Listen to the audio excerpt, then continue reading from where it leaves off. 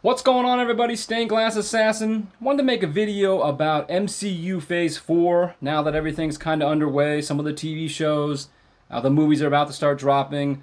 So I wanted to bounce some of my ideas and thoughts off of you guys and see what you had to say.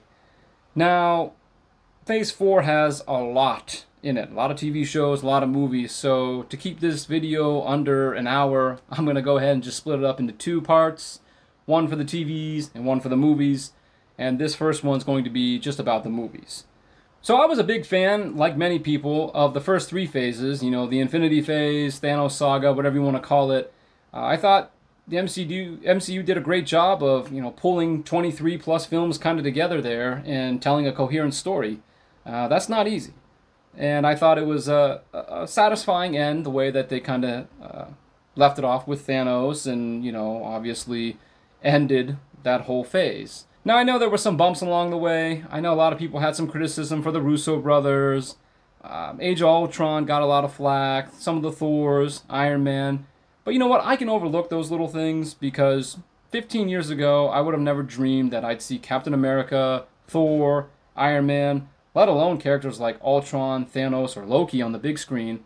But I'm just glad that we did. So, I don't hold that against them too much. I don't look for the little problems. And in fact, there were no box office duds, although in my opinion, there was only one dud of a film, which I'll get to that later, but so all in all, big success. That being said, Phase 4 has some pretty big shoes to fill. I mean, that's a tough act to follow with Thanos, not to mention they're already faced with an uphill battle because they're going to be without some of their big guns. I mean, there's no more Cap, no more Iron Man, no more Hulk, Black Widow, Hawkeye.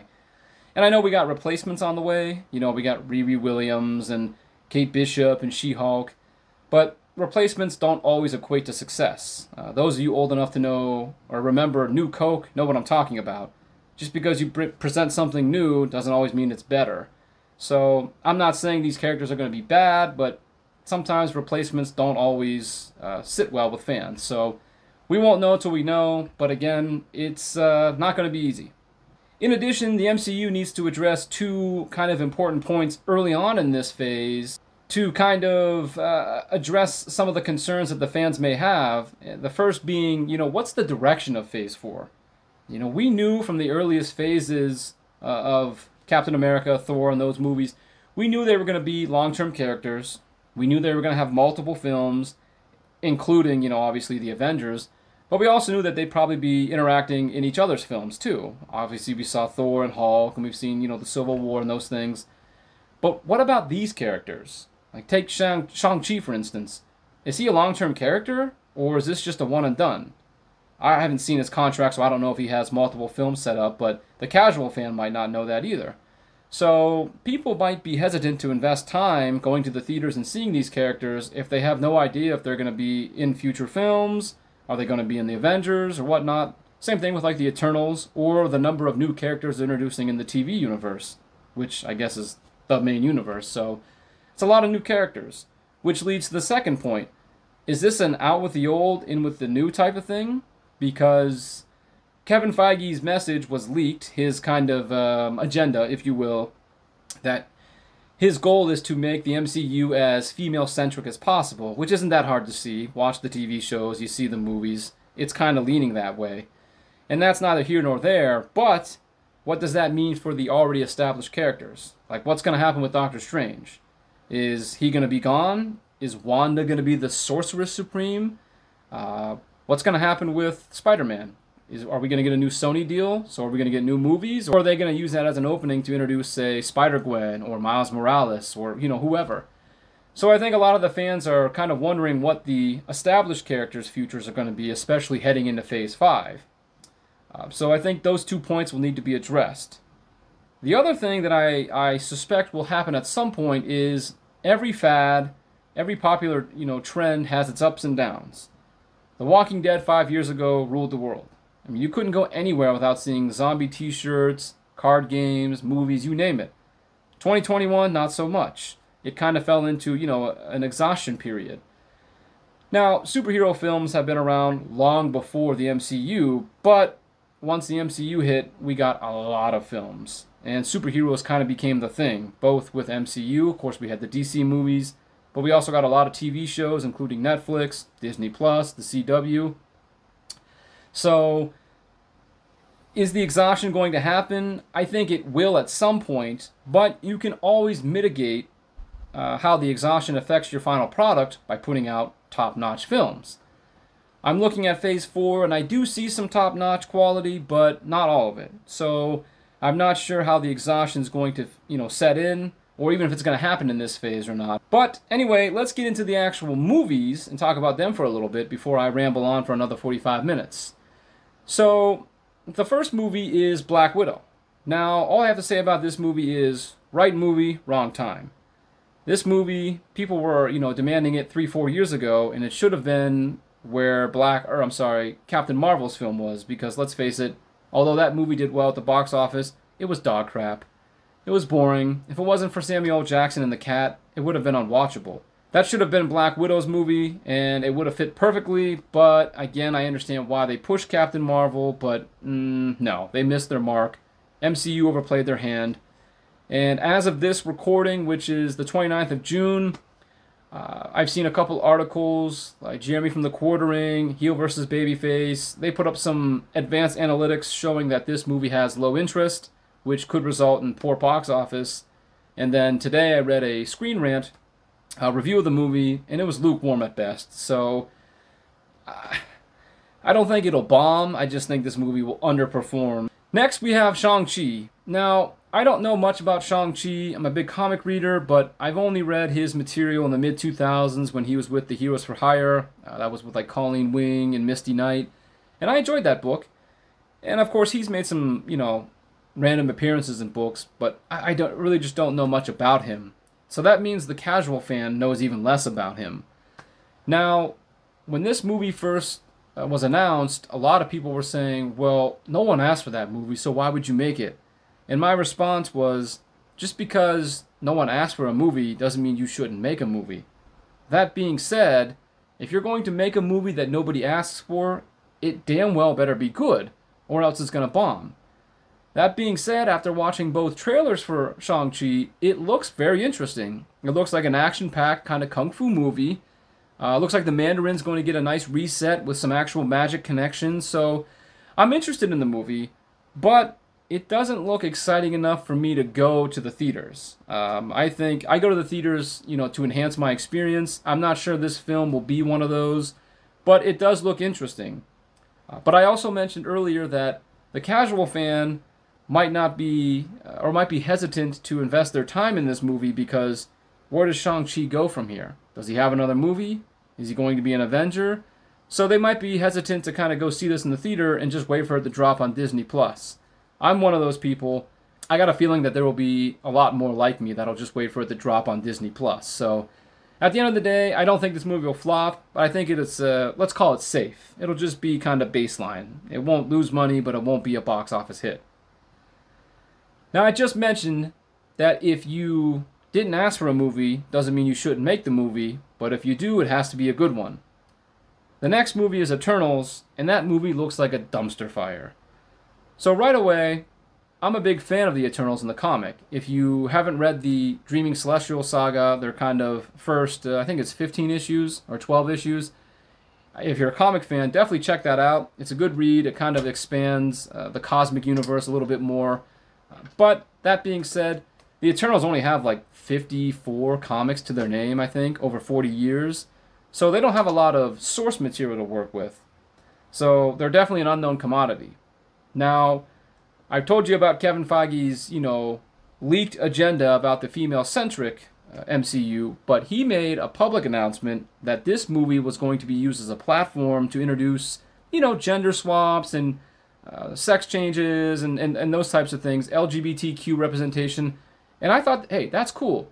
If you're going to do that to a movie, this is the perfect movie because nobody knows those characters. So you're not going to anger anybody but maybe a small fan base, However, as I read the article, it basically said that their main objective for this movie is all about the identity politics, and then they decided to make a movie around that, which didn't sit well with me because it should have been read as we're going to try to make a great movie, and then we're going to kind of, insert our agenda into the movie.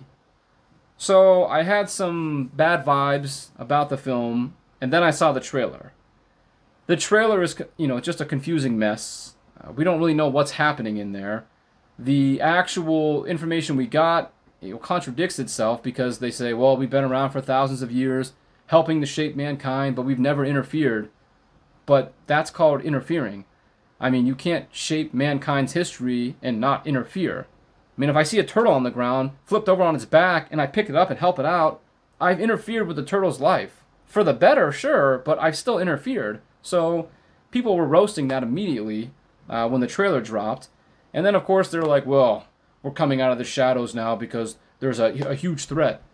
But what could be bigger than Thanos showing up and snapping half a life out of existence?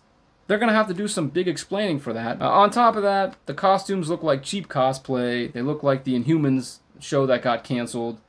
There's like 15 characters that I'm supposed to get to know. By the time I learn their names, the movie's going to be over. So I don't know where they're going with this, but I got a feeling that this will be Marvel's first official flop. I just have no interest in the movie at all, so it is what it is. So next is Spider-Man, and of course that's going to be, a box office hit, no doubt. You can't miss. It is what it is. I'm not a huge Tom Holland Spider-Man fan myself, but I did enjoy the first one. The second one was okay. Personally, I'll wait for this one to drop on Disney, then watch it, but we don't have to discuss much of it. It's going to be a box office success. The only thing moving forward is what will the next deal with Sony be, and when will we see Spider-Man again? So we get into kind of the meaty center of the MCU Phase 4, movie-wise, and we have 3 wild cards. First up is Doctor Strange. Obviously, Doctor Strange, his popularity has grown because of the Avengers films, so there's a lot of interest for this movie. And then, of course, people learned that Wanda, Scarlet Witch, is going to be in this film as well, so there's even more interest. I'll be interested to see how they handle that situation because, in my opinion, Wanda is now a villain after the effects of the show, which I'm not going to get into now. I'll talk about that in the next video, but how are they going to handle her role on top of course, Doctor Strange versus, Mordo? I assume that it's going to be, either Doctor Strange chasing Mordo from multiverse to multiverse, or maybe they're on the run from Mordo. I'm not sure, but I'm excited about the film. I'm just hoping that they don't pollute it with identity politics or any of their agendas. I just want to see a good movie about magic and hopefully alternative universes. The only thing I have, which is interesting, is I read a blog post about America Chavez being in this movie, which, if you don't know who that is, she started off in Marvel as Miss America, and she's a C-lister. She's kind of a background character. She's had a couple miniseries, and she's shown up in a few team books and whatnot, but she's not a huge character. She is, however, in the LGBT community. She's a Latino lesbian woman, which she was in the Pride issue that just came out recently. So if you're interested in that, go ahead and check that out. But I'm not sure what her role will be in this movie. I'm assuming it'll be that she'll be kind of like a Captain America version in another universe. But to my knowledge, she doesn't have any connection to magic, so I don't know why she'd be in the movie other than, like I said, to be an alternate, persona of a character. But whatever, we'll see what happens. I'm definitely interested in the movie. I think this movie will do very well at the box office, so I think that'll be a win for the MCU.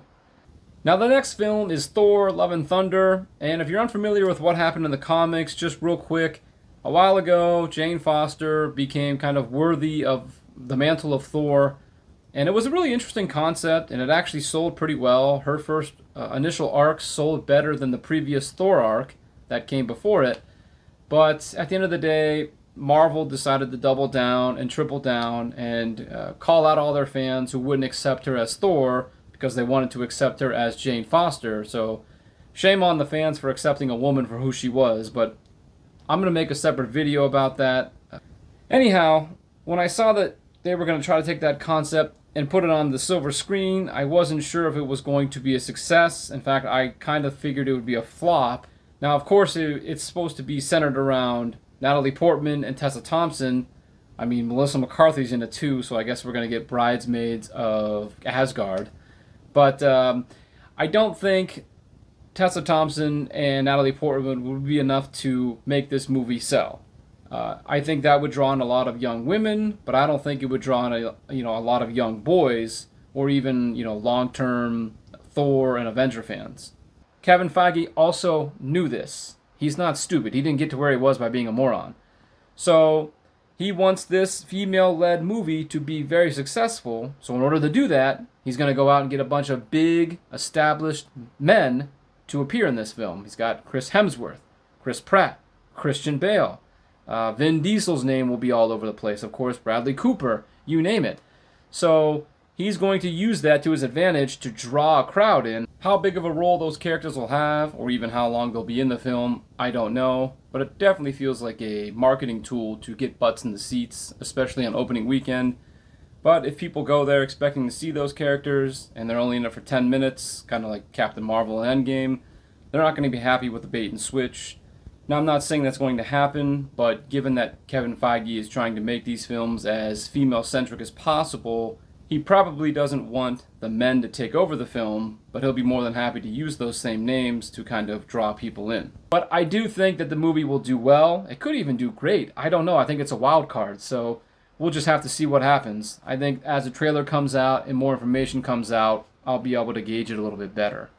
Next, we have Black Panther: Wakanda Forever. Now, the difference here is if you look at Thor's title, it says, Thor! Love and Thunder. This says, Black Panther: Wakanda Forever. So if you remember from the end of the first film, Black Panther had intended to essentially drop the barrier and share the technology and, help the rest of the world. And judging from the poster, like I said, I could be reading too much into it. I think they're going to stick with that. And, of course, we sadly lost Chadwick Boseman. So I wasn't sure what the direction of this film would be. As for the Black Panther portion of the movie, I don't know what they're going to do. I mean, I can't believe this guy was going through chemo and acting in the Avengers, and then he goes off and does, 21 Bridges. I mean, I banged my elbow the other day. I thought I had to lay down because it hurt. And this guy's out here doing, 15, 16-hour-a-day films and then going off and doing chemo. So, unbelievable. That being said, obviously the Black Panther is going to have to appear in the movie, but I'm hoping that it just kind of serves more as a plot device than an actual, the main portion of the movie. I'm hoping that if they pass the mantle, that it's not to Shuri, because Shuri to me is the Jar Jar Binks of the MCU. I can't stand her character. She's annoying, she's condescending, and at the end of the day, she's just not a warrior. She's a tech wizard, right? I mean, I guess, this is Disney we're talking about, so they could easily say, oh, well, all Wakandans are warriors, or they could just go the Star Wars route and say, look, it's a 10-minute training montage. She's the best warrior ever. But if they do pass the mantle, I hope it's to Okoye, because that would make sense. She's a badass warrior. I love the actress. I'm drawing a blank right now. I hate to call her Michonne, but you know what I'm talking about. I think it'd be a perfect fit. I think I would buy that a lot more than Shuri, but obviously we're going to have a Black Panther at some point, so we'll see what happens. But at the end of the day, I think the movie will do really well because a lot of people, myself included, will probably go see this, kind of like a tribute in memory of Chadwick Boseman, and there's nothing wrong with that, so it's going to do well, I think. Next, we have what I predict is the second flop for the MCU, and that's The Marvels. Now, it was rumored that Captain Marvel was supposed to be the linchpin of Phase 4 moving forward, kind of like the Iron Man. But a linchpin doesn't get her movie bumped back, and a linchpin doesn't have the title of her movie changed. It's not even called Captain Marvel anymore, it's called The Marvels. She's going to be co-starring with Kamala Khan and Monica Rambeau. So, I don't know anything about the movie, but people were bamboozled into seeing Captain Marvel. I mean, basically they said, if you want to know who Nick Fury was calling, who that insignia was, you have to go see this movie. And oh, by the way, this character is going to have a huge role in Endgame, and she showed up for, 6 minutes? So it was a bait and switch, without question. Of course, Rotten Tomatoes, changed their entire rating system to protect the movie. But this movie doesn't have the benefit of the doubt now. People know who Captain Marvel is. There is no Avengers film to tie it to. In addition, Brie Larson herself has got herself in the hot water with some of her tweets, Facebook posts, or what have you. So a lot of people have some resentment against the actress herself. Not to mention you have two other characters that we really don't know anything about. Monica Rambeau was introduced in WandaVision, but as Samba TV pointed out, WandaVision's ratings kind of slowly dropped off towards the end there, so the introduction of Monica Rambeau didn't suddenly have a renewed interest.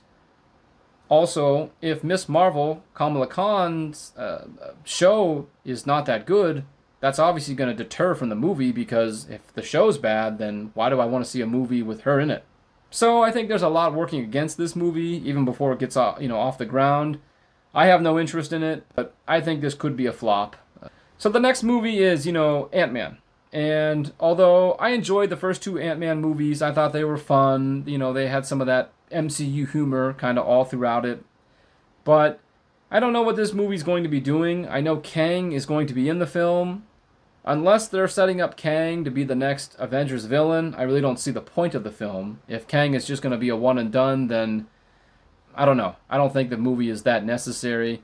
That being said, I think the Ant-Man movie will be safe because it's just going to kind of fit the same formula as the other two. So it'll do well at the box office. I think baseline, safe film. It won't bomb, but it certainly won't be a blockbuster. Either way, I think I'll wait till this lands on Disney Plus to watch it. So Phase 4 rolls to an end here with Guardians of the Galaxy, which I'm excited for. I know obviously a lot of people are going to be pumped up about this film, especially with Chris Hemsworth being in it. It's going to have some interesting twists, like, how is Gamora, the time-displaced Gamora, going to handle her relationship with Star-Lord. So either way, this is going to do gangbusters at the box office. This was a no-brainer. I think they saved it for kind of the tail end of Phase 4 so that Phase 4 could go out with a bang and end on a high note. Either way, I'm ready for it, so it's going to be a fun film. Now, I know Fantastic Four is on this, it was shown on the timeline, but I'm not even going to touch that yet because that movie obviously is going to bridge the gap between Phase 4 and Phase 5, and by that time, Marvel Disney needs to sit down and figure out, do they want to make an honest, true to the source material origin movie, or do they want to pollute it again with identity politics and essentially, burn the bridge between Phase 4 and 5? Again, I'm not going to get into that. It's way down the road, so let's not even speculate right now. One movie that I didn't mention because it doesn't show up on the official kind of timeline is Blade. I thought Blade was supposed to drop sometime at the end of 2022, but I don't know what's going on with it. I haven't really looked it up. So I haven't heard any bad news about it, so I doubt it's been canceled or anything, but I was kind of hoping to get Blade before Phase 5, but I guess we'll just have to wait. So in conclusion, I think that Phase 4, at the end of the day, has some big shoes to fill, as I mentioned. I think there's a couple potential flops here, but I don't see many underperforming movies. I see maybe Black Widow, maybe Shang-Chi, but I don't see any movies essentially losing money except for the Eternals and maybe the Marvels. I think the rest of them will either make their money back or essentially, things like Spider-Man and Guardians of the Galaxy, they'll do great. But all in all, I think Phase 4 will have success, but box office success doesn't always equate to interest success. So we'll have to see what the fans feel, gauge the fan interest moving forward, which is why I suspect they haven't announced Avengers 5 yet, because especially with all the TV characters, they're going to have to figure out which are going to be the best to put on the team, which ones are going to be the biggest draw. Is female Thor, is Jane Foster Thor going to outsell Captain Marvel? If so, then Captain Marvel is probably going to take a back seat, and Jane Foster Thor will take her place on the team. It's all about business. So as much as they wanted Captain Marvel to be kind of the face of Phase 4, if Jane Foster steps up and she proves to be a far more, sellable character, that's going to be her. So either way, I'm going to wrap the video up now before it turns into an hour long. I'm going to put up the second video shortly about the TV show portion of MCU Phase 4. But either way, go ahead and leave some comments down below. Let me know what you think. Do you think Phase 4 is going to be a success, a flop? Which movies are you interested in? Which ones do you think will do well? I look forward to reading the comments. Either way, while you're down there, like the video. Make sure you subscribe so you know when the next video comes out. And until then, thanks for watching, and I'll see you next time.